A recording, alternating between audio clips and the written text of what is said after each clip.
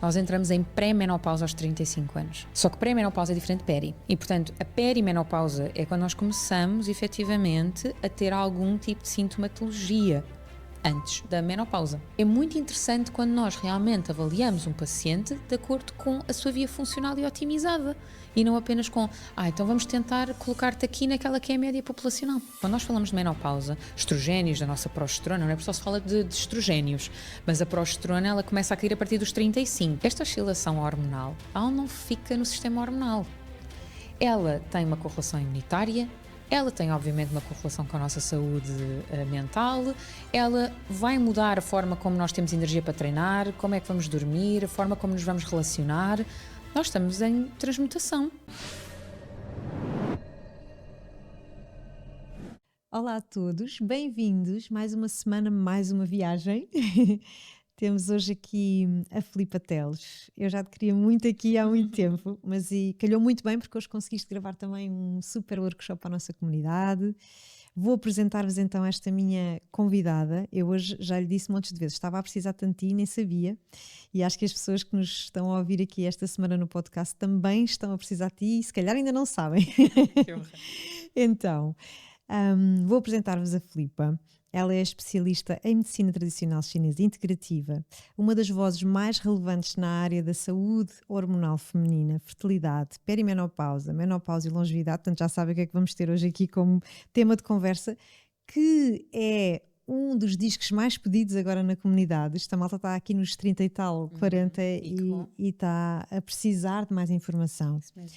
É fundadora da Essence Prime Care, uma clínica de saúde integrativa onde junta a medicina tradicional chinesa, acupuntura, nutrição, suplementação e estilo de vida e um acompanhamento que é multidisciplinar.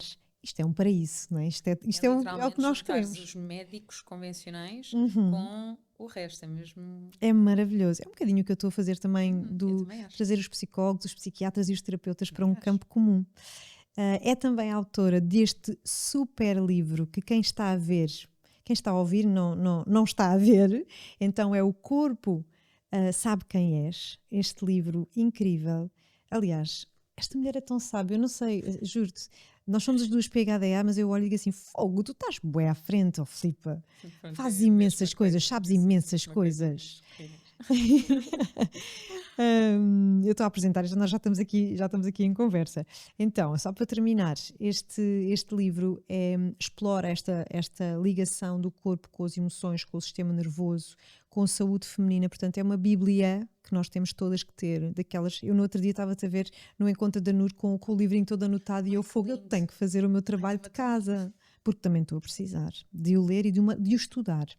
Então, ao longo dos últimos anos, a Filipa tem trazido para um tema de conversa a fadiga hormonal, tão importante falarmos sobre isto, a energia feminina, o stress crónico, os disruptores endócrinos, a infertilidade, a menopausa, e tudo isto precisa mesmo de estar na ordem do dia cada vez mais. Por isso, obrigada, Filipa, por teres vindo.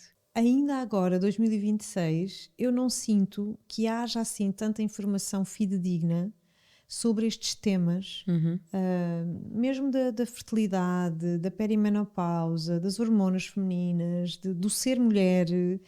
Não há assim tanta informação. Ou então há, como tu estavas a dizer há bocado, Muita desinformação. Aquilo que eu sinto neste momento é que nós vivemos numa era em que somos bombardeados com informação. Não é? Nós, principalmente como criadoras de conteúdo, comentava isso no outro dia com a minha equipa, eu dizia, malta, eu não quero criar massivamente.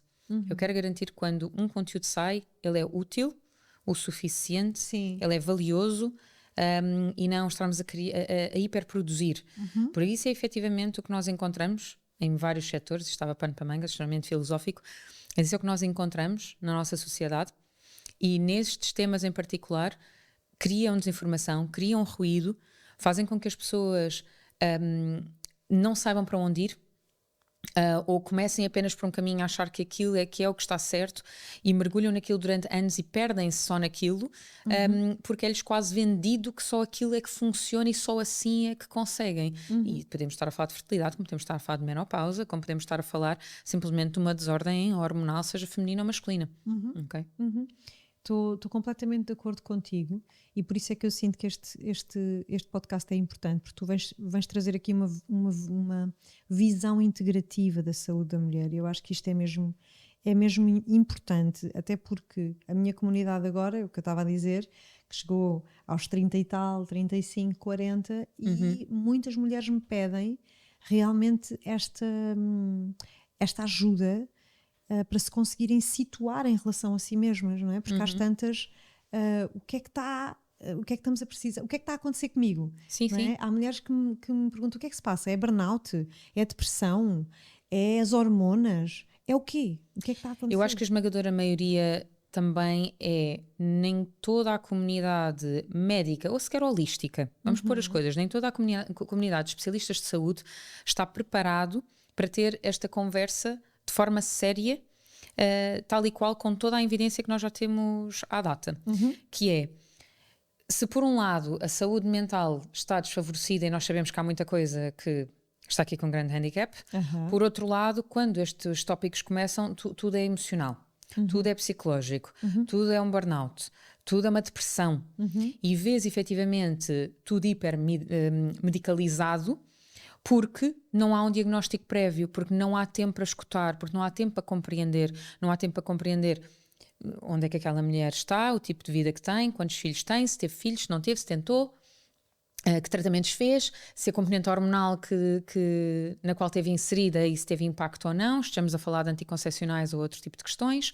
Então, sabes, há uma série de coisas que eu sinto que não está ainda na ordem do dia.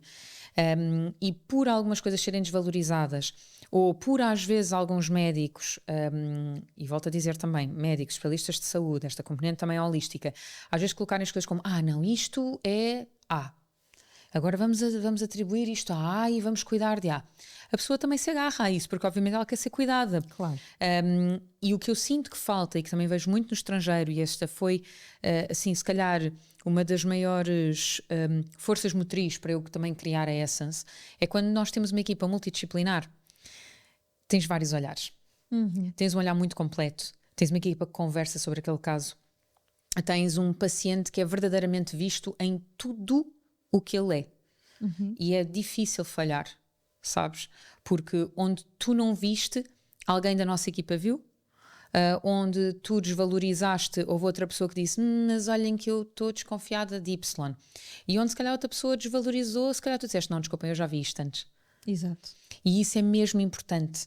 Então, trabalhar em equipa e ter diferentes visões, não é? Diferentes olhares, como estavas a dizer. E ter um conhecimento aprofundado sobre as coisas, ou seja, quando nós falamos de menopausa, e claro que existe uma transição hormonal, sabemos como é que funciona esta cascata toda dos nossos estrogénios, da nossa progesterona, não é? Porque só se fala de estrogénios, mas a progesterona ela começa a cair a partir dos 35, então nós sentimos ali uma grande quebra de 35, 38 anos, mas ainda ninguém fala sobre nada, não é? E mesmo as testosteronas também nós temos, e portanto também existe essa oscilação. E é mesmo fundamental nós percebermos que esta oscilação hormonal, ela não fica no sistema hormonal. Ela tem uma correlação imunitária, ela tem obviamente uma correlação com a nossa saúde mental, ela vai mudar a forma como nós temos energia para treinar, como é que vamos dormir, a forma como nos vamos relacionar. Nós estamos em transmutação. Então, uma coisa que parece de um único segmento, na verdade, é multissistemas. Ou seja, e isto, eu agora também estou neste processo e nesta busca, até porque as minhas 2 gravidezes tiveram impactos diferentes em mim, porque eu também estava noutra fase e noutra idade, e eu sinto que esta minha última gravidez impactou muito a parte hormonal, e ainda estou aqui a fazer exames, análise, a perceber, a estudar como é que agora o meu corpo e a minha biologia está realmente a reagir.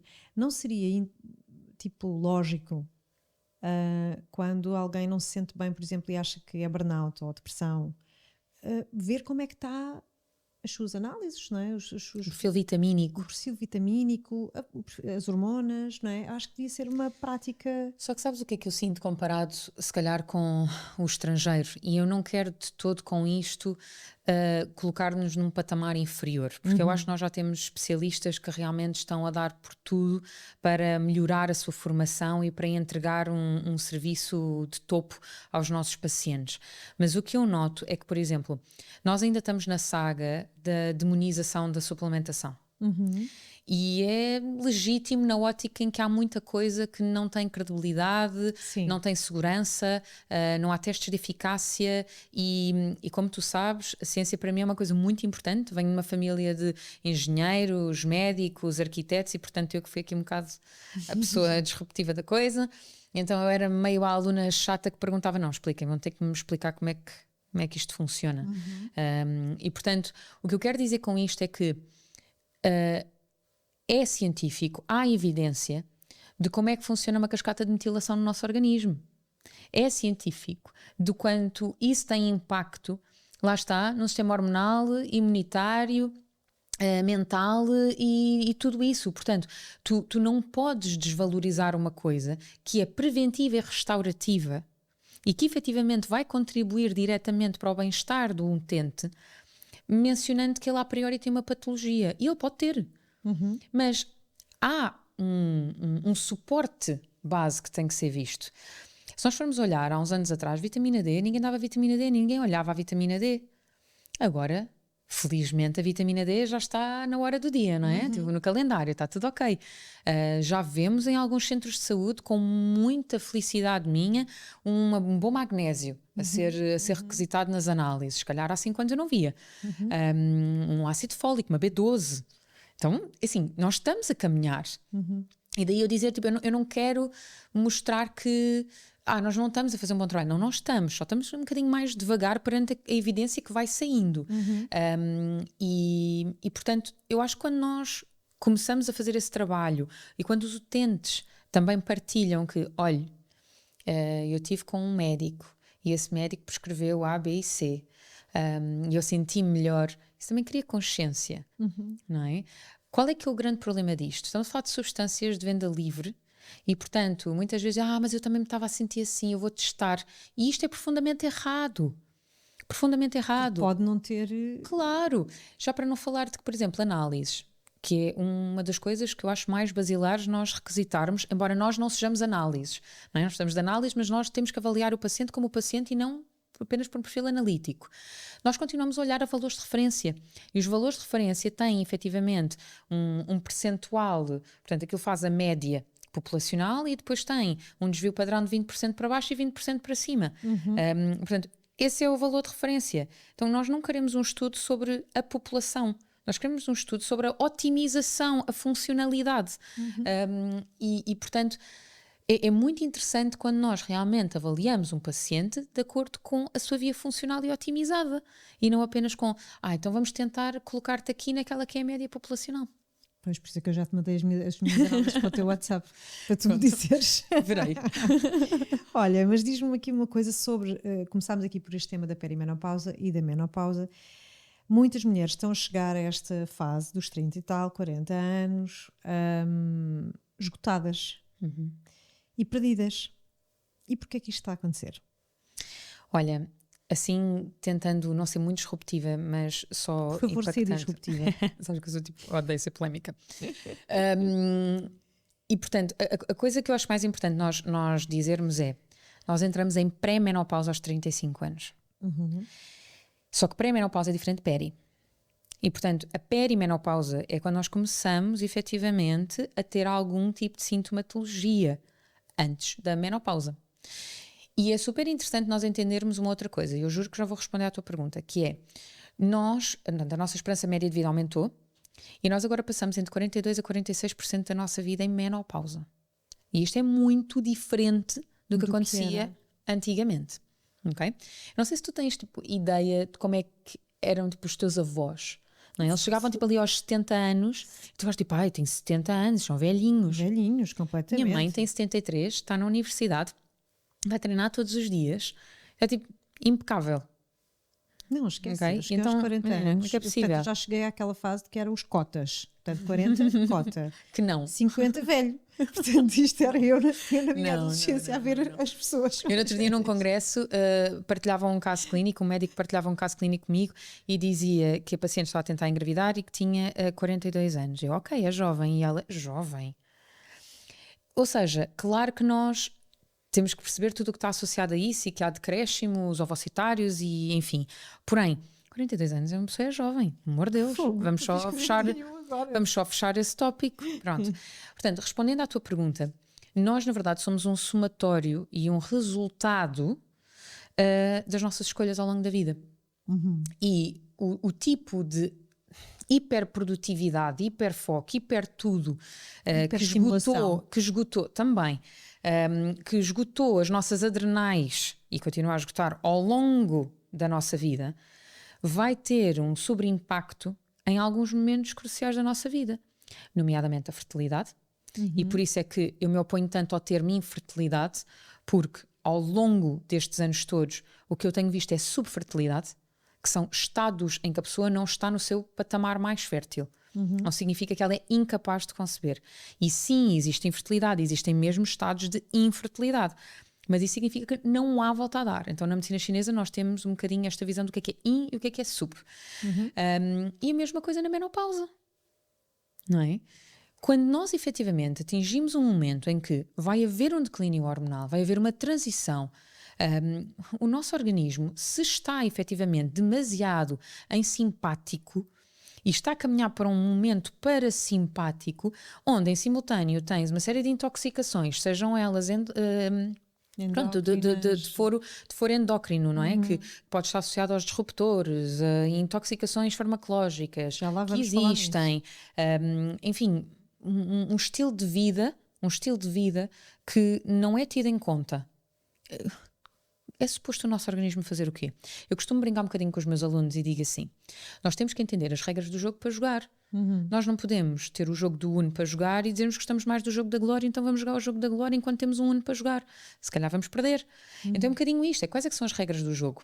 E ontem cruzei-me com um reel de uma miúda muito jovem que dizia assim: agora estes especialistas todos de longevidade mandam-nos deitar cedo, treinar todos os dias, comer bem, e depois chamam isto de longevity. E eu achei imensa piada. Claro que no meu sarcasmo rimo logo, mas a verdade é, o ponto que nós chegamos como humanidade, em que realmente, e atenção, eu toco muito na questão de longevidade, portanto, eu faço este papel, mas o ponto em que nós chegamos, nós temos de dizer o óbvio. Ok? Portanto, continuem a dizer o óbvio. Tipo, eu tenho sempre esta expressão: o óbvio tem que ser dito.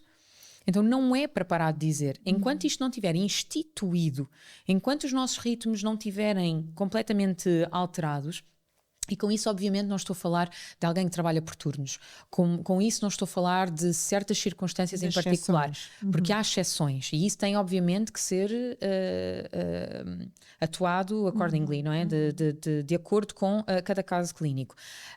Agora, de um modo geral, nós devíamos tentar. Obviamente há sítios de maior privilégio do que outros, mas devemos tentar, dentro daquilo que nos é possível, pelo menos manter algumas coisas. O sono é um deles, o acordar cedo, o movimentar-nos. Nós não precisamos de um ginásio para nos movimentar. Claro. Eu tinha uma paciente que tinha imensas dificuldades financeiras e ela enchia um garrafão de água para treinar todos os dias. Ok? Yeah. Então, é sempre possível, não é? sempre possível. Só que nós temos que querer. Ela subia e descia escadas, N vezes, fazia agachamentos, arranjou uma corda, feito. Então é possível. Só que quanto é que nós queremos? Não é? Às vezes a questão está mesmo aí. E em relação à menopausa e à perimenopausa, o que é que as mulheres que nos estão a ouvir precisam de saber? Ou seja, quando é que é importante olhar para isso como um autocuidado e como de uma forma responsável? Eu acho que nós preparamos-nos para fases que nos colocam meio como diabólicas. Tipo, vai ser tão mais, melhor preparaste. E eu acho que o nosso amor tem que ser muito mais abundante e abrangente, porque nós devemos cuidar de nós sempre. E se o fizermos, a partir do momento em que estamos, não é? A partir do momento em que ganhamos consciência sobre, nós devemos cuidar logo melhor de nós nessa primeira instância, com o que conseguimos. Não tem que ser perfeito. Porque isso, lá está, vai trazer um resultado. E é o somatório dessas pequenas partes que vai conquistar o nosso terreno. Então, se nós naquele instante estamos numa fase de extremo trabalho e a única coisa que conseguimos garantir é a hora de deitar, por exemplo, e é o comer minimamente saudável, façamos. Na primeira instância que for possível, podemos introduzir um exercício físico, podemos introduzir mais contacto social. Nós falamos destas coisas todas e esquecemos que a componente social, existem já vários documentários, já vários livros, vários estudos que nos mostram o quanto nós somos, como mamíferos, ligamos-nos e nós precisamos desta ligação, desta conexão. Então, tentemos fazer estes pequenos ajustes. A preparação para uma peri e para uma menopausa, ela é bem mais fácil do que parece. E realmente está muito relacionada com isto, sabes? Com dormir bem, acordar cedo, fazer uma regulação cortisol-melatonina, não é? Conseguir deitar cedo. Quando nós deitamos cedo, beneficiamos. Temos a questão da hormona do crescimento, a nossa melatonina, tudo isso apoia a nossa função neuroendócrina, a nossa função hormonal imunitária. Aos olhos da medicina tradicional chinesa, nós dizemos que entre a 1 e as 3 da manhã nós temos que estar a dormir mais do que profundamente, porque é onde entra a energia do fígado para trazer processos de desintoxicação interna. Então, há muita coisa envolvida, sabes? E o que é que nós fazemos? Ecrãs, luz azul, à noite. Não é suposto. Lembras-te daquele apagão? Lembro-me. Acho que toda a gente se lembra. Esse apagão é realmente o que nos mostra de como é um ciclo circadiano. Porque as pessoas acenderam algumas velas para manter ali algum tipo de iluminação enquanto tinham um contacto social, porque pela primeira vez, se calhar muitas famílias, eu digo isto com alguma tristeza, mas ao mesmo tempo meio que uma esperança, porque eu ouvi muitas famílias dizer-me, nós conversámos durante o jantar, não há ecrãs, não há televisão, não é? Onde jogaram jogos, foram buscar jogos de tabuleiro, onde muitos casais namoraram porque não estão agarrados à televisão e ao Netflix.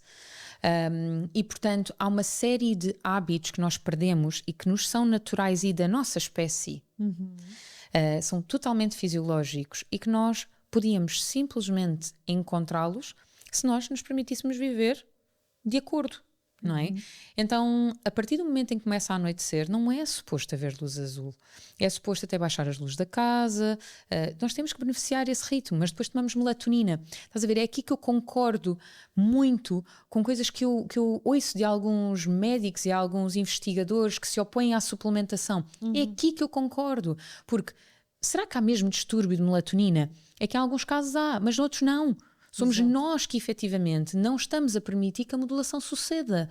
Então é muito, muito, muito engraçado. Através desta superestimulação pela luz, pelos ecrãs que temos à noite. Ou seja, sabes onde é que eu noto isso? Quando vou viajar para países, sei lá, que não são tão, se calhar tão desenvolvidos e que chega ali tipo às 6 da tarde que a luz desce completamente, há pouca luz na rua, há assim aquelas luzes mais difusas e as pessoas recolhem e eu noto que quando vou viajar deito-me muito mais cedo.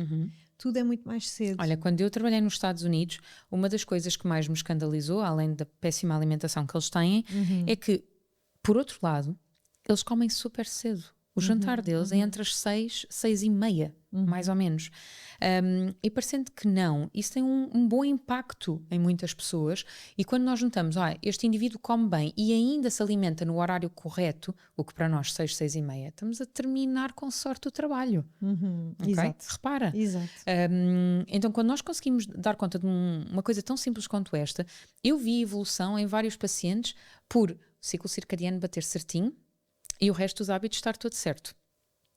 E para nós, por exemplo, eu tenho casos que são tão graves que nós temos que estar atentos ao detalhe e onde, por exemplo, eles comem uma sopa logo ao sair do escritório. E depois, cada um deles, por exemplo, estou a lembrar-me de um casal em particular, cada um deles comia uma sopa no seu escritório e depois o prato principal comiam juntos. E às 9 da noite iam dormir. Ok? E nós pensamos meio de mas depois que vida é que eu tenho?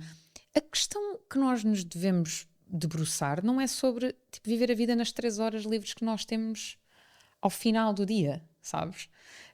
Então, quando nós estamos a falar de peri, quando estamos a falar de menopausa, na verdade é um retrato social das nossas escolhas ao longo de bastante mais tempo. Então, para quem conquista este conhecimento, é realmente uma janela de grande oportunidade de poder fazer estas pequenas mudanças, estes pequenos ajustes, e isso já vai contribuir bastante. Fazer um bom screening com o seu médico, fazer os exames, ter os check-ups em dia, ter certeza absoluta que está tudo em ordem, não perder essa oportunidade de realmente olhar para si com o maior amor que pode. Sem dúvida. Tu sentes que o multitasking, o stress afeta as hormonas? Sim, sem dúvida. E até podemos ir um bocadinho mais além, não é? Quando nós falamos de saúde mental, afeta diretamente, claro. modula diretamente quem nós somos. Há bocadinho falavas de termos as duas PHDA. Quando os PHDA estão mal diagnosticados pelo excesso de dopamina tecnológico que existe, pelo excesso de açúcar que as pessoas consomem, e onde, quando tudo isso é retirado, os diagnósticos são feitos novamente e afinal não existe nada, e até existe um ótimo perfil neurológico. Não é diferente hormonal. Não é diferente hormonal. Quando efetivamente uma série de coisas são efetivamente colocadas no seu lugar, na cascata certa e tudo a funcionar, o nosso organismo responde. Agora, há timings, e se efetivamente nós demorarmos muito nesse timing, se estivermos a esgotar, se tivermos como uma série de imagina, disruptores endócrinos, que o meu livro, pronto, fazem uma lista extensa de todos eles, mas sabemos que vários deles efetivamente inibem a componente dos nossos androgénios, ou, na verdade, aumentam a sua hiperfunção, ou então, pelo contrário, acabam por baixar os nossos estrogénios ainda mais, onde numa fase da nossa vida tipo, já está abaixo. Claro. Então imagina onde de alguma forma há aqui uma alteração, portanto nós temos uma estrutura, chamemos assim, que é a pregnenolona, e portanto depois a uma determinada altura o nosso organismo, juntamente com essas substâncias, está quase a competir por esse receptor. Isso é uma coisa que tu avalias quando chegam mulheres à clínica que manifestam sintomas já de alterações hormonais e que estão a tentar descobrir. É uma coisa que tu na anamnese tentas perceber, isto para os disruptores endócrinos, dizes? Sim. Sim. Então vamos a esse tema, que eu acho que é um tema super importante. Portanto, quando tu falas em disruptores endócrinos, estamos a falar de substâncias químicas, não é? Que no fundo estão presentes em montes de coisas que nós temos e utilizamos, e que as mulheres utilizam muito no dia-a-dia: maquilhagem, perfumes, produtos para o cabelo, detergentes, ambientadores, por aí vai. O que é que são realmente estes disruptores endócrinos e que impacto é que eles têm nas nossas hormonas? Os disruptores endócrinos são substâncias que podem mimetizar ou, de alguma forma, obstruir, digamos assim, alguns dos nossos receptores ou das nossas hormonas.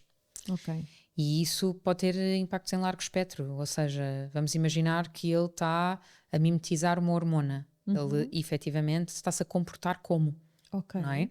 Ou ele está a bloquear o receptor onde ela efetivamente vai atuar. É como se tivesses, sabes, caixinhas com chaves e chegas lá e a chave está ocupada, não é? Por exemplo, perfumes, coisas que vão para a pele. Perfumes são das coisas mais nefastas.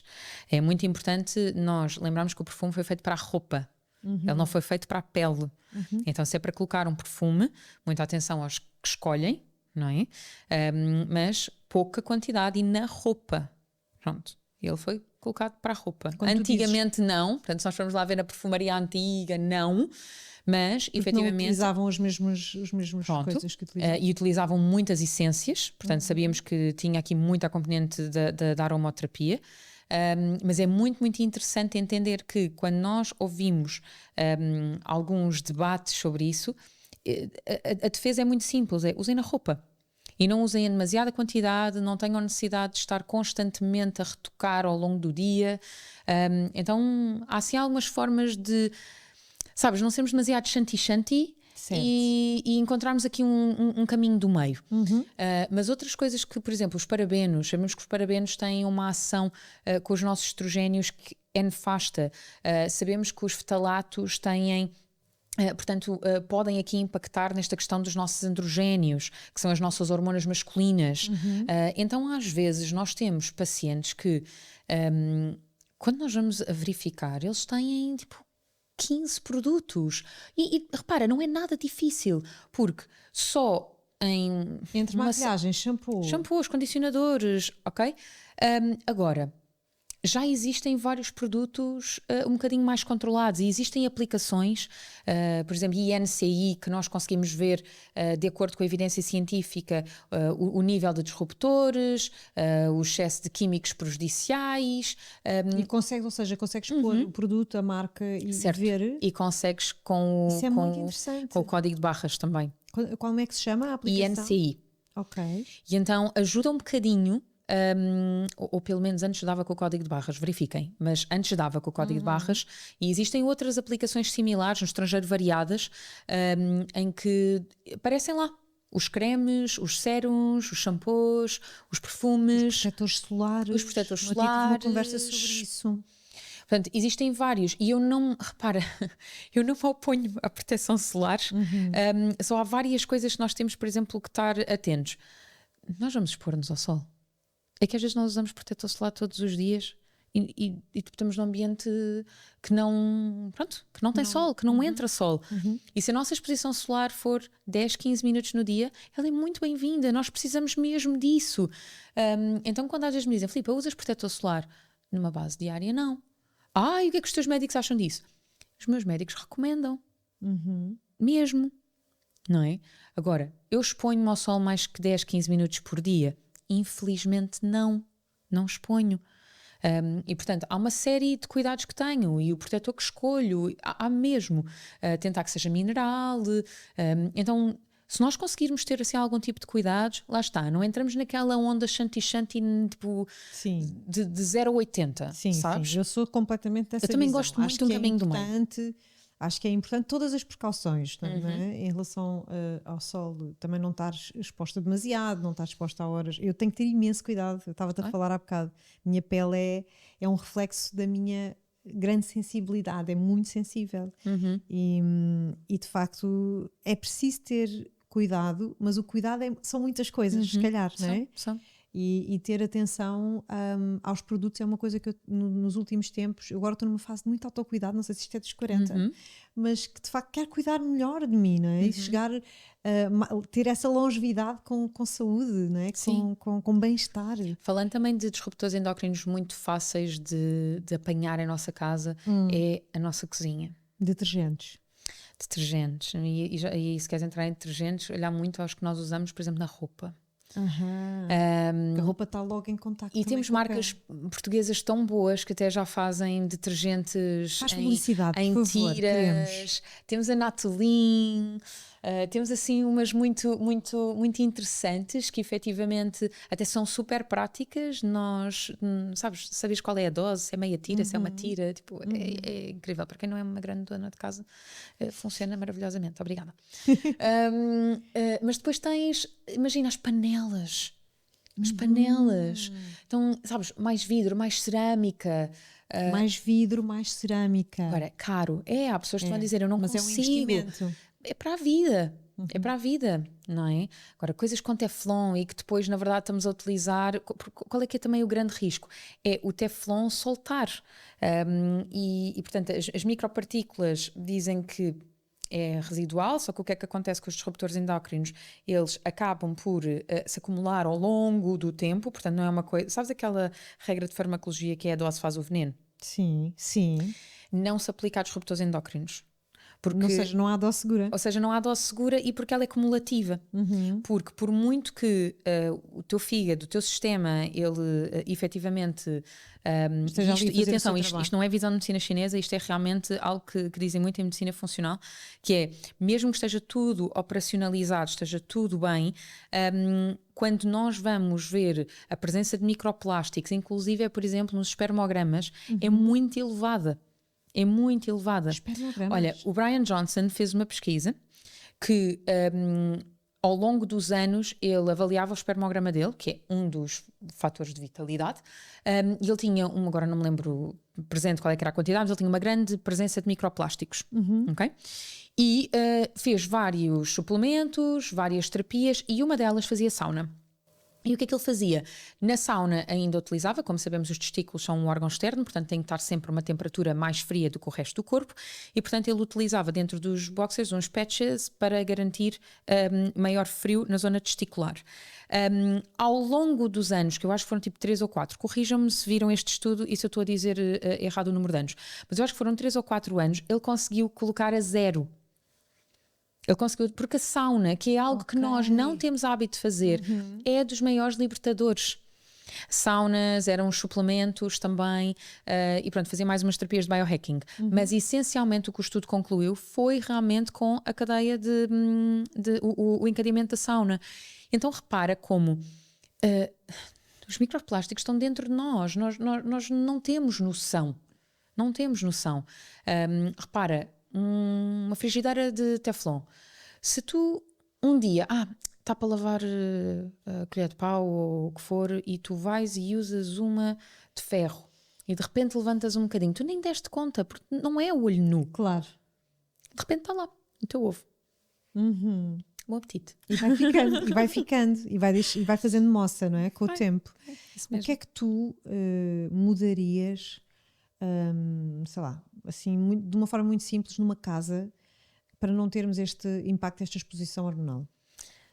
Eu faria tipo um radar. Aí vamos ver a página do livro. Vai lá. Vamos lá ver. Vocês têm aqui no capítulo 4 uma zona só dos disruptores endócrinos, que efetivamente vos coloca tudo por lista. Portanto, na página 246, fala aqui um bocadinho sobre a poluição interna e externa, não é? E o impacto dos disruptores endócrinos e dos metais pesados. E se vocês, por exemplo, pegarem em todas as coisas que constam aqui e explica exatamente como é que funciona, depois tem também aqui algumas dicas de desintoxicação, quelação e por aí fora, mas efetivamente, se passarem assim os olhos pela casa, mesmo que lá está, que não dê para mudar tudo, só mudar algumas coisas, os ambientadores, as velas aromáticas, que são das coisas que também têm sido muito manifestadas, de que são muitos produtos sintéticos, os odores não são naturais, não são compatíveis. Portanto, se nós conseguirmos ter assim um bocadinho de cuidado, nos produtos, fará toda a diferença. E é muito interessante porque depois também aqui, imagina, a página 250 fala sobre como nós efetivamente fazermos uma limpeza, uma purificação aos nossos alimentos antes de nós consumirmos. Aqui nesta receita fala de vinagre de cidra e bicarbonato de sódio, mas a verdade é que, e saiu entretanto várias evidências, e por isso é que também estou a fazer essa menção, o bicarbonato de sódio tem mostrado até taxas mais elevadas além dessa combinação. Então repara, bicarbonato de sódio, não precisas de amoquinas, não precisas de nada, é tipo só lavares com, por exemplo, mudares água filtrada em tua casa, uma boa água, e nem estou a ir muito mais além, mas se puderem, ionizada, tipo alcalina, sim, os filtros, porque nós também colocamos isso na nossa pele, colocamos isso no nosso cabelo. Quantas pacientes nossas começaram a utilizar filtros, por exemplo, no duche, e de repente, o meu cabelo é incrível, afinal não preciso de utilizar o produto Y, ou deixei de o esticar, ou... Eu acho que nós não damos conta do quanto, na forma como este jogo está montado, há coisas que não estão efetivamente a abonar à nossa gênese. Certo, a nossa verdadeira natureza. A nossa verdadeira natureza. E isso, como efetivamente faz com que fisiologicamente as coisas não estejam a ser tão ímpares, não é? Sofremos com algum tipo de sintomatologia, alguns sinais. Por exemplo, enxaquecas, dores de cabeça, alterações dermatológicas fáceis, são coisas que os eczemas estão sempre a voltar. Olha, eu sou uma delas. Eu às vezes é pensar o que é que, por exemplo, na minha rotina, já há muitos anos que eu incluí matérias-primas em vez de grandes cremes. Argilas. Na tua rotina? Na minha rotina. Eu todas as semanas faço pelo menos uma argila no rosto. Se eu tiver tempo, eu faço um banho de argila. Mas uma boa argila, porque depois nós também pensamos que tudo é natural e tudo é incrível, e atenção. Portanto, saber bem a marca que estamos a utilizar, e essa foi a razão pela qual eu criei a Dana Botanicals, para ter certeza que tudo o que estava lá efetivamente era natural e passava pelos testes para ter certeza que estava tudo em condições. Depois, a nível de sabonetes, também garanti que os sabonetes que utilizava eram de acordo, tanto que eu lembro-me, estávamos uma vez num foyer e um médico chegou lá e disse: bem, olha, eu gosto muito destas coisas, mas sabonetes é muito difícil porque os nossos laboratórios adicionam A, B, C e D, e eu, veja estes. E ele começou a ver o rótulo: estes não são feitos cá em Portugal. E eu: são feitos cá em Portugal, sim. Então como é que você conseguiu dar a volta a? Vamos conversar um bocadinho com eles às vezes. Claro. Mas é possível. Então nós conseguimos constituições mais limpas, só que às vezes somos nós que temos de ser chatos no laboratório. Se nós dizer, ok, já sei como dar a volta a isso, porque tenho o curso também de cosmética, então para dar a volta a isso, que tal se usarmos esta substância? A consistência não fica tão boa. Estou disposta a arriscar. Sabes? Então às vezes isto é interessante. A nível de hidratação, nós perdemos o hábito das manteigas corporais, uma boa manteiga de abacate, ou por exemplo no rosto, um óleo de rosa mosqueta. Mas bom, não é? O que tu estás a dizer é voltar ao simples, não é? Porque é tão simples, não é? E mais barato. E mais barato. E dura mais. Então é mesmo simplificar. Quando às vezes me dizem, Filipa, com a tua rotina, como é que tu consegues? É porque depois em casa é tudo muito minimalista. Ou seja, eu não tenho uma rotina de 10 cremes, eu não tenho... E atenção, eu também experimento um sérum de... Não, eu também gosto de testar. Mas eu volto normalmente ao básico, sabes? Eu noto que é o que funciona. E acho que é tão bom, sabes? Quando não tens uma rotina de 10 passos. Ai, por amor de Deus, já ninguém tem paciência para isso. Há muita gente que tem paciência ainda. Ai, não. Eu já não consigo. Olha, que eu sou taurina, gosto imenso de testar creminhos e cheirinhos e não sei o quê. Não tenho paciência. Acho que estou numa fase da minha vida que paciência está a sair embora. Eu percebo. Estás a ver? Nem para rotinas de não sei quantos passos de manhã. Mas eu acho que essa é a fase linda da Peri. É o teu organismo a dizer-te que há coisas que são desnecessárias. Sim, completamente. É que... Dizer porque é que a fase depois da menopausa é a fase da anciã sábia. Claro. E é um grande empoderamento. Então não é? Eu tenho amigas minhas com 50 anos que agora estão num power do caraças. E eu sei que não fizeste essa pergunta, mas quando temos pacientes que estão super reguladas e nessa fase, muitas descrevem que estão a viver o seu apogeu. E que descrevem que a vida sexual nunca foi tão boa e que, Isso é tão maravilhoso. Então, e é tão contraditório com aquilo que ainda se acredita no estigma da menopausa, não é? Que a vida acabou, não é? Que a vida da mulher acaba, e então por isso é que eu acho que as mulheres às vezes não falam e não expressam o sofrimento que estão a sentir, que às vezes torna-se grande exatamente porque as pessoas o silenciam, as mulheres o silenciam, para não lhe dizerem tipo, estás na menopausa. Mas tu sabes o que é que eu sinto? Eu sinto que lá está, enquanto sociedade nós estamos... nós temos meio incutida uma imagem de que... ou seja, ser jovem é que vende. Exato. Sabes? Então tu queres ser jovem para sempre. E eu pergunto porquê? Não entendo. Não é esse o nosso propósito em experiência humana? Não estou a entender. Eu acho que temos que ir desmistificando até para nós mesmas, não é? Porque eu acho que é uma coisa tão social, já está tão no DNA social, que é quase inevitável as mulheres não se sentirem profundamente tristes e incomodadas com o envelhecimento. E não quer dizer que realmente não seja chato ter dores e que comece... Mas dá para não ter, sabes? E sabes o que é engraçado? Agora começam a aparecer-me os cabelos brancos. No outro dia estava no elevador e estava com a minha filha mais velha, que tem 7 anos. E eu estava assim, cabelo branco! Tipo, e a Diana... Acabei de o ver agora. Estás a ver? Ele está mesmo aqui, está mesmo no centro. E eu fiquei tipo, não estou a acreditar. E a Diana, não tires, é tão bonito. E eu fiquei do género, eu vou arrancar, espera aí, ela está atenta, espera aí, que mensagem é que eu lhe estou a transmitir? Esta coisa de hiperconsciência. E então eu de repente, não, deixa estar, fica aqui. Não é? No dia seguinte estávamos todos no elevador e a Diana estava assim no elevador. Os meus cabelos brancos são lindos e as minhas rugas. E eu, o que é isto que eu estou a ouvir? Bom, pelo menos a mensagem ficou de uma forma positiva, sabes? Mas eu não sei se exatamente... ou seja, eu acho que envelhecer tem as suas grandes dificuldades e eu acho que quem tem esta capacidade de ser mais disruptiva, que é algo que eu admiro bastante em ti, eu acho que vai mover muito a sociedade e vai realmente conseguir fazer com que outras pessoas vos tenham nesse patamar de inspiração. Sim, e isso é muito e é bonito. o que eu vejo em ti também, não é? Pronto, então é e é por isso que é importante. Eu acho que dar voz é importante, dar voz às nossas fragilidades, dar voz também às nossas conquistas. Eu adoro partilhar aquilo que está a funcionar comigo, por exemplo. E eu acho que isso é tão importante. Olha, foi muito boa esta parte aqui dos disruptores endócrinos. Acho que a partir de agora vamos ter outra consciência na escolha dos nossos produtos e vamos cada vez mais caminhar neste regresso à nossa verdadeira natureza, que acho que é esse o propósito, cada vez mais, é o que eu acredito. Quero voltar outra vez aqui ao tema da fertilidade, porque também é um tema que as mulheres me pedem muito. Fala-me um bocadinho sobre a tua visão. Será que está a haver cada vez mais problemas de infertilidade? Será porque tantos diagnósticos de miomas e de endometriose? Eu fui um caso, né, de endometriomas, que os meus filhos vieram sempre na hora certa para limpar. que lindo. É muito lindo, é mesmo muito lindo, sabes? Aliás, vou contar esta história que é muito breve. Eu ainda estava naquela, ter um segundo filho, não queria nada, sou filha única, não queria que o Francisco fosse filho único, não sei o quê, e estava com esta coisa outra vez toda, né?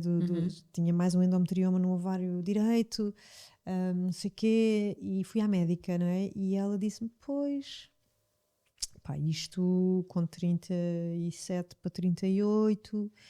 isto se calhar, Inês, não lhe vou dar assim grandes esperanças. Eu saí dessa consulta assim meio cabisbaixa, mas alguma coisa, sabes, em mim me dizia, e então liguei ao Rui, lembro-me perfeitamente, tinha acabado de ser consulta, olha, as perspectivas foram assim mesmo muito, muito rasteirinhas, mas olha, vamos tipo deixar isso para lá e let's go.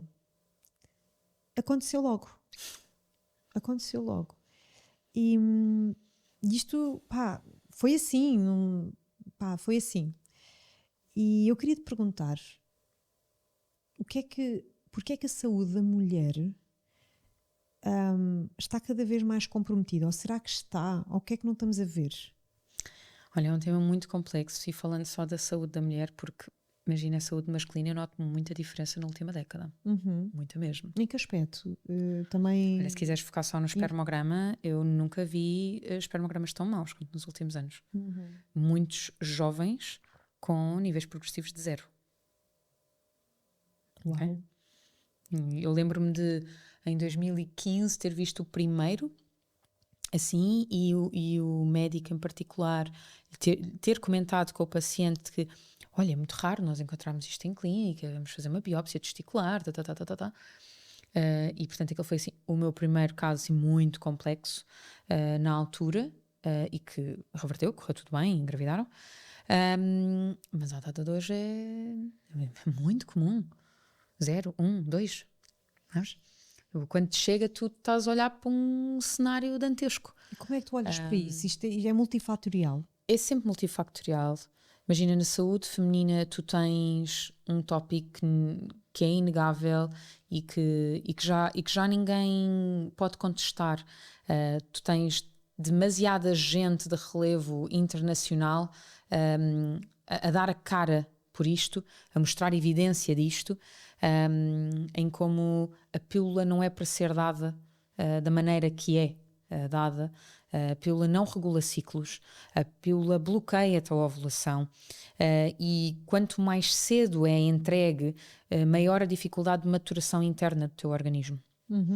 E portanto, quando tu vais avaliar a esmagadora maioria das pacientes, elas tomaram a pílula desde muito precocemente até uma fase, o habitual é de uma fase muito precoce, porque tinham dores, ou porque os ciclos eram irregulares, ou porque disseram que tinham quistes nos ovários e então tinham que fazer. Não vais mais longe, eu fui agora mesmo à ginecologista fazer também uma check-up e eu tenho uma tendência, já tirei 2 pólipos do meu útero, eu tenho uma tendência para o espessamento do endométrio, por questões hormonais, obviamente, não é?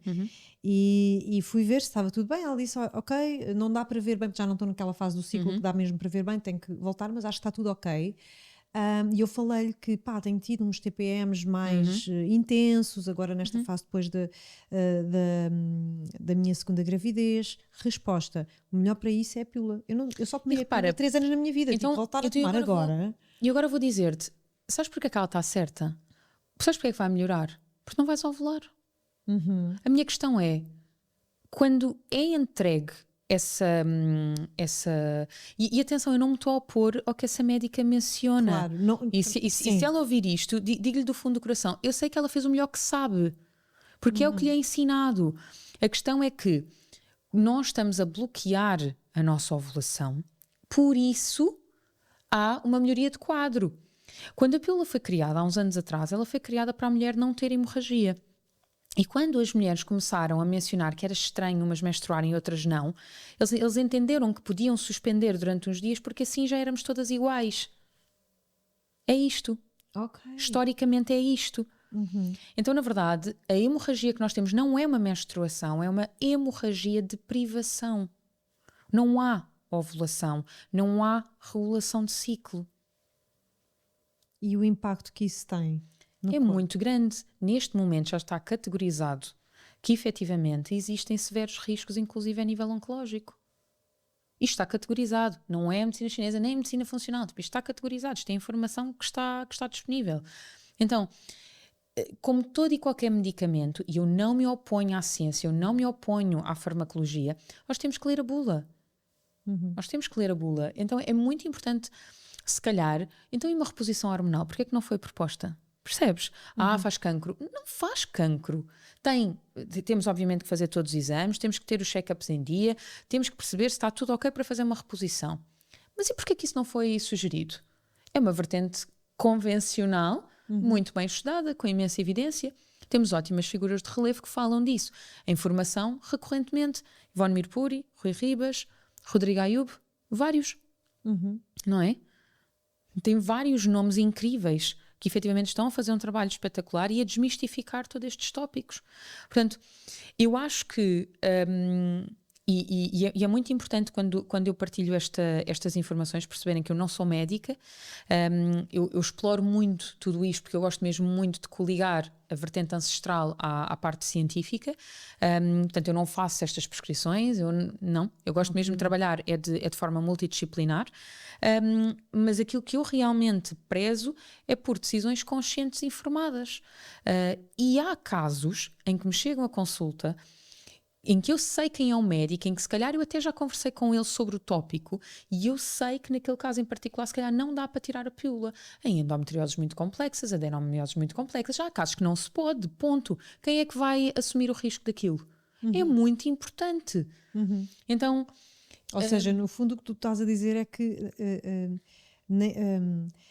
não estás a ser fundamentalista e isso é muito importante. Há casos que realmente faz sentido. Ou seja, quando tu pesas prós e contras, pode efetivamente haver mais prós, haver mais benefícios do que malefícios. E não são assim tão escassos neste tipo de segmentos. Agora, que eu já vi coisas que podem chamar de milagres em clínica, variados.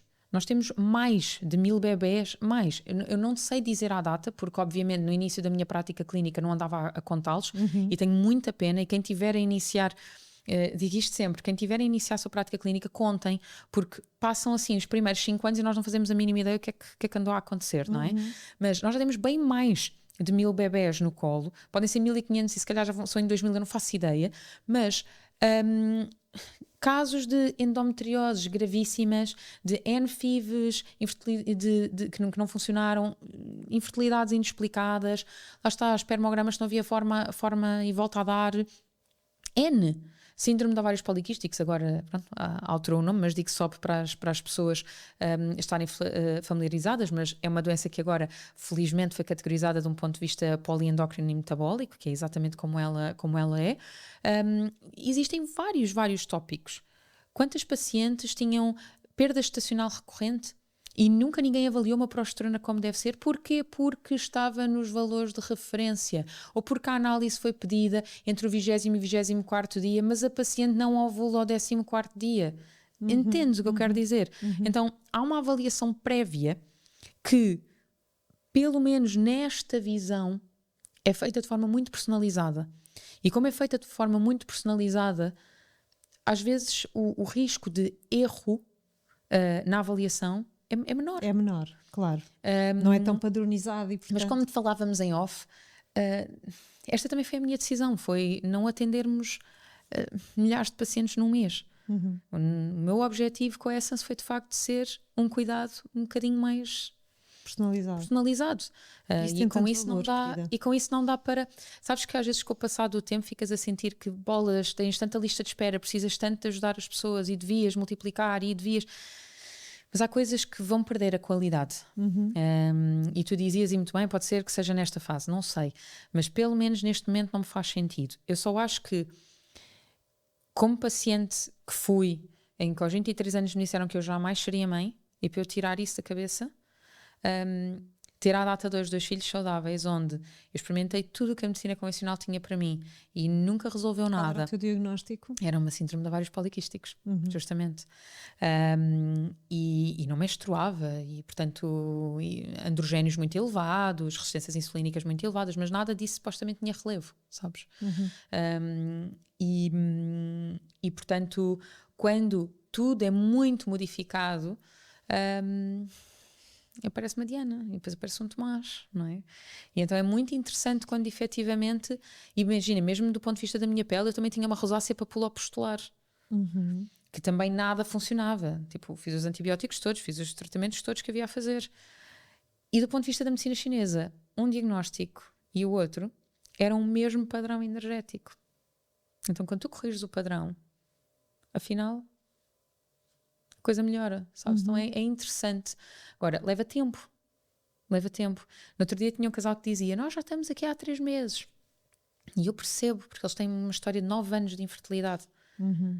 Mas estás a ver o quanto exigem da medicina mais natural e do teu corpo que está a tentar restabelecer-se fisiologicamente.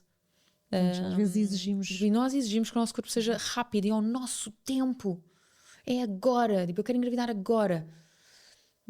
Também não é para esperarem ad eterno. Concordo muito que se ao fim de X tempo de tentativas não está a acontecer, nós temos que, não é, procurar respostas. Mas uma outra coisa interessante também é nós não conhecemos o nosso ciclo. Não há literacia menstrual. Centenas de vezes já tive casais que estão a tentar nas janelas erradas. E que depois nós, nas primeiras consultas, explicamos como é que tudo funciona. Se for possível, fazem uma consulta de literacia menstrual com alguém da equipa e de repente engravidam e dizem foi um milagre. Foi milagre. Foi conhecimento. Foi conhecimento só. O método da Essence funciona no malta, não me levem a mal, mas isso não foi o método da Essence, foi mesmo só tipo, literacia. Só, tipo, não retirando mérito à equipa, mas foi mesmo só a literacia. Só que este só tem muito impacto. Esse só, não é? Esse só. Mas devia ser uma cena tipo... Da escola. Só que a forma como te ensino é que tu ovulas ao 14º dia. Exato. E é uma coisa que eu reparo, como não só tomei pílula 2 anos na minha vida, eu sei. Eu sei exatamente o dia, eu sei exatamente o momento, porque tu aprendes a escutar. É uma coisa que só realmente estando presente com o corpo, não é? E em ciclo livre, é que tu consegues... Só que ensinam-te muito que é do género, sabes, o muco mais claro de ovo, é aí que tu estás a ovular. Não é bem assim. E depois tu tens a janela de fertilidade. Tipo, tu quase queres encontrar o dia para ter relação nesse dia. E agora aqui, se tu gostas de disrupção, cá vai. Que é, porque é que nós só queremos ter relação nesse dia? Qual é o objetivo?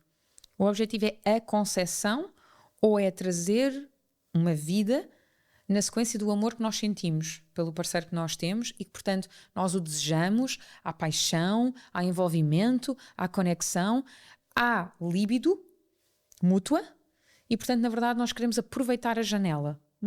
Ou tipo, é categórico, pressão, tipo agora. É? Não, nós temos de tentar agora. Bolas. Não é? Tipo, não estamos a perder o propósito. O propósito não seria desfrutar, sentir até o prazer. O corpo não relaxa da mesma forma, não é? Olha, nós na medicina chinesa dizemos muito que o processo de excitamento, de chi vital, de, portanto, tudo o que está ali envolvido, é crucial na fertilidade. Não é? E não tens evidência disto. Porém, é uma concepção ancestral de que para existir nidação, o nível de excitamento, e não estás a falar de orgasmo, de excitamento, de prazer, de envolvimento, de conexão, ele tem que se fazer presente. Faz-me todo o sentido. Acho que não faz sentido de outra forma. E só para terminar, havia muita coisa, obviamente, aqui que poderíamos falar ainda sobre a fertilidade, mas eu estou curiosa de saber, tipo, de uma forma geral, quando as pessoas chegam, não é, com várias tentativas, ou FIVs, de uma forma geral, tu encontras algum padrão, tipo, alguma coisa que em todos os casos, por exemplo, sei lá, stress ou uma vida super ocupada, há algum padrão que tu encontras e que mexendo naquilo realmente há resultados que vêm daí? Há bocadinho falávamos do estilo de vida. Eu diria que a esmagadora maioria das pessoas nem sequer entende que há um ciclo circadiano e que isso tem realmente um impacto. Ok? O sedentarismo é das coisas que mais me choca. Mesmo. Ou de, mas eu como bem, eu como saladas. Mas eu faço jejum intermitente e depois como uma salada ao almoço e depois, tipo, não há nutrientes suficientes. Não é? E atenção, eu adoro jejum, sabemos dos benefícios do jejum, fiz jejum durante 10 anos, mas nós também sabemos que em processos de fertilidade é preciso que existam macro e micronutrientes no nosso organismo e, portanto, nós temos que ter certeza que está tudo em dia, não é? E garantir que lá está, falando das cascatas metabólicas, glicose, insulina e por aí fora, está tudo o mais estável possível. E isso nem sempre acontece se a pessoa não souber como quebrar um jejum, não é? E há pessoas que fazem compensação. Tipo, fazem um jejum, comem uma salada e depois à noite... Ok. Não então tu vês como padrão a questão dos hábitos alimentares? Os hábitos alimentares, exercício físico, sono. Sono. Se eu tiver que generalizar sem estatística feita, eu vou dizer que a maior parte das pessoas dorme a partir das 11 da noite e até à 1h30 da manhã. É o que eu ouço. Em clínica é o que eu ouço. E sabes o que é engraçado? É que tu perguntas assim, deita-se cedo? Sim. 11, 11h30. Malta, é muito tarde. Outra coisa, consumo de álcool. Muito... portanto, há uma concepção generalizada de que não tem problema. E há impactos na fertilidade. E aquilo que tu se calhar fazias aos 20 anos, como já ouvi várias vezes, mas eu aos 20 anos e depois engravidei do meu filho. Eu compreendo. O organismo agora precisa de outra exigência. Portanto, sabemos que isso pode alterar as várias cascatas de metilação e por aí fora, então precisamos, obviamente, de um apoio diferenciado. Então, tu queres um mínimo de inflamação possível. Um mínimo de inflamação possível. Drogas recreativas, não posso dizer que é muito comum, mas às vezes choca-me um bocadinho a leviandade com que acontecem. E não vamos mais longe, às vezes, por exemplo, erva e coisas deste género, é muito comum ouvir, mas só um bocadinho, mas não é tabaco. Mas nós vamos ver os estudos, sabemos que há um impacto direto. Mas lá está, exercício físico, por exemplo, nos homens... muitos não fazem o exercício de força, que também é necessário. Exposição ao sol é quase nenhuma. O stress, portanto, picos de cortisol, e que sabemos o impacto que tudo isso tem, é muito recorrente. É muito recorrente. Ou seja, muito uma questão de hábitos de vida, não é? Que nos moldaram e que moldaram a nossa biologia e a nossa fisiologia. E de alguma forma bloqueiam determinados processos. Sem dúvida. Sem dúvida. Eu acredito que há muita coisa que está a ser criado pela forma como a sociedade está montada. Agora, a alimentação não tem os mesmos nutrientes que tinha. Um processado da nossa idade, da nossa altura quando éramos pequenas, não é um processado de agora. Não é? Basta brincar e vermos o Cerelac que nós comíamos e o Cerelac que hoje em dia se dá aos miúdos. Chocante. Bem, nem sei a diferença. É chocante. Uau. É chocante.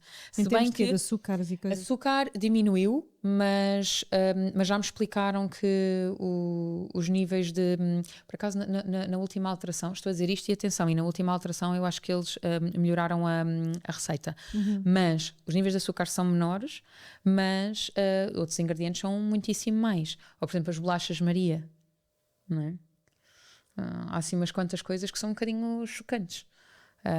Mas há uma coisa boa, às vezes, de algumas grandes marcas, é que quando se cria muito zoom, depois também Eles vão lá e começam mudam alguma a coisa. mudar. E eu acho que é sempre bom quando o público pede mudanças, sabes? Agora, a verdade é que tu não queres um processado, tu não queres um industrializado. Um pequeno almoço não é suposto ser complicado. Faz uns ovos, come uma sopa. E é engraçado quando eu digo pequeno almoço, sopa. Os meus pacientes dizem, sopa, que horror. Mas depois, ao fim de 3 dias, não querem outra coisa. Então é muito Sabes que o meu avô interessante. comia sopa.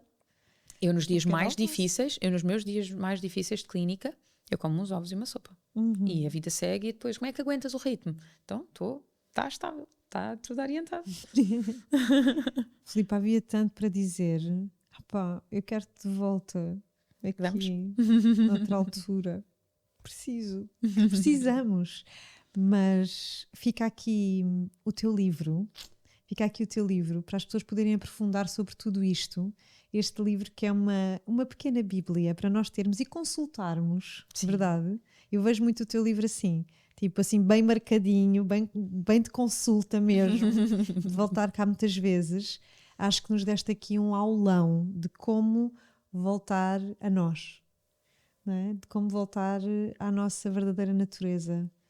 E estou muito feliz de teres vindo. Obrigada. Obrigada um por gosto. seres assim Obrigada. essa mulher de força que tu és e com essa coragem também de vir contradizer algumas coisas e de vir mudar um bocadinho o paradigma. Obrigada. É mesmo muito importante que isso venha de um lugar tão amoroso também.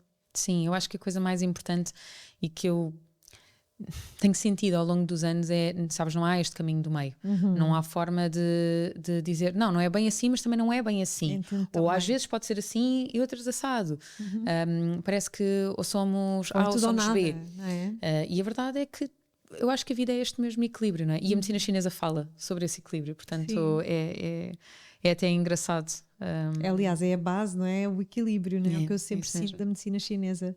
É isso mesmo. Obrigada, Filipe. Obrigada eu. Identifico-me muito contigo porque também busco isso, sabes? Essa integração, não é? E cada vez mais. Sim. Até já. Até Obrigada. breve. Obrigada. Obrigada também a vocês e desse lado. Bem, este aulão é para ouvir e voltar a ouvir e enviar às amigas e enviar a quem vocês sintam que pode realmente beneficiar desta informação tão preciosa. E para a semana cá estarei com mais um convidado ou convidada para mais uma viagem profunda. Até já.